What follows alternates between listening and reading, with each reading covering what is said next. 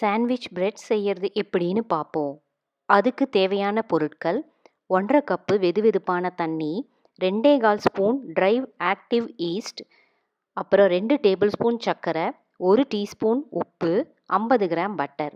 இதை நல்லா மிக்ஸ் பண்ணி ஈஸ்ட்டை ஆக்டிவேட் பண்ண ஒரு 10 நிமிஷம் தனியாக வச்சுருங்க.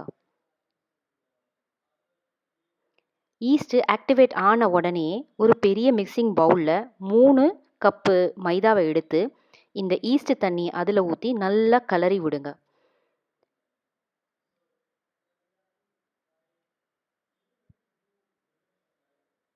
நல்லா சப்பாத்திக்கு மாவு பிசைகிற மாதிரி பிசைஞ்சி எடுத்து வச்சிருக்க 50 கிராம் பட்டரையும் சேர்த்து நல்லா பிசைஞ்சி விடுங்க. நான் இதுக்கு ட்ரை ஆக்டிவ் ஈஸ்ட் யூஸ் பண்ணியிருக்கேன். உங்களுக்கு வேணும்னா நீங்கள் 2 டீஸ்பூன் இன்ஸ்டன்ட் ஈஸ்ட் கூட யூஸ் பண்ணிக்கலாம். எவ்வளோக்கு எவ்வளோ நல்லா மாவை பிசைஞ்சு விடுறீங்களோ அவ்வளவும் நல்ல பெரிய போர்ஸோட ப்ரெட்டு நல்லா சாஃப்டாக வரும். பட்டர் போட்ட உடனே எடுத்து வச்சிருக்க மீதமுள்ள 1/2 கப்பு மைதாவையும் சேர்த்து நல்லா பிணைஞ்சி விடுங்க. ஒரு 20 நிமிஷத்துக்கு நல்லா பிணைஞ்சிட்டு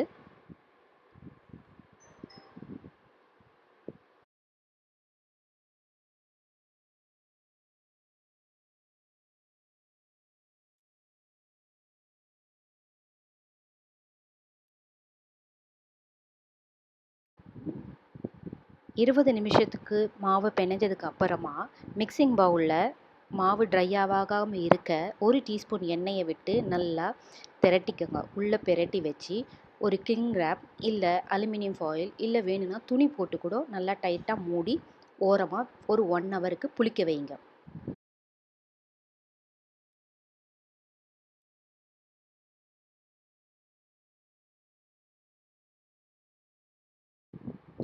ஒன் ஹவர் கழித்து மாவை திறந்து பார்த்தீங்கன்னா நல்லா உப்பி வந்திருக்கும்.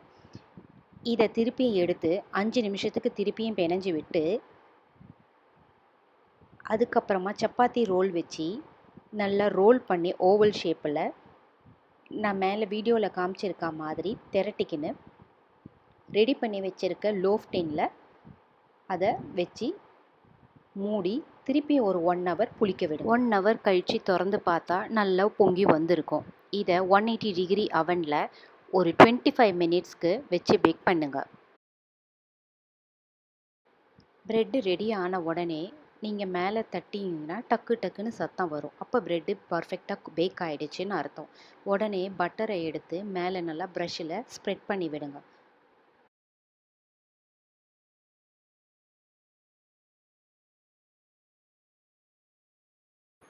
உங்களுக்கு இந்த வீடியோ பிடிச்சிருந்ததுன்னா லைக் பண்ணுங்கள், சப்ஸ்கிரைப் பண்ணுங்கள், கமெண்ட் பண்ணுங்கள்.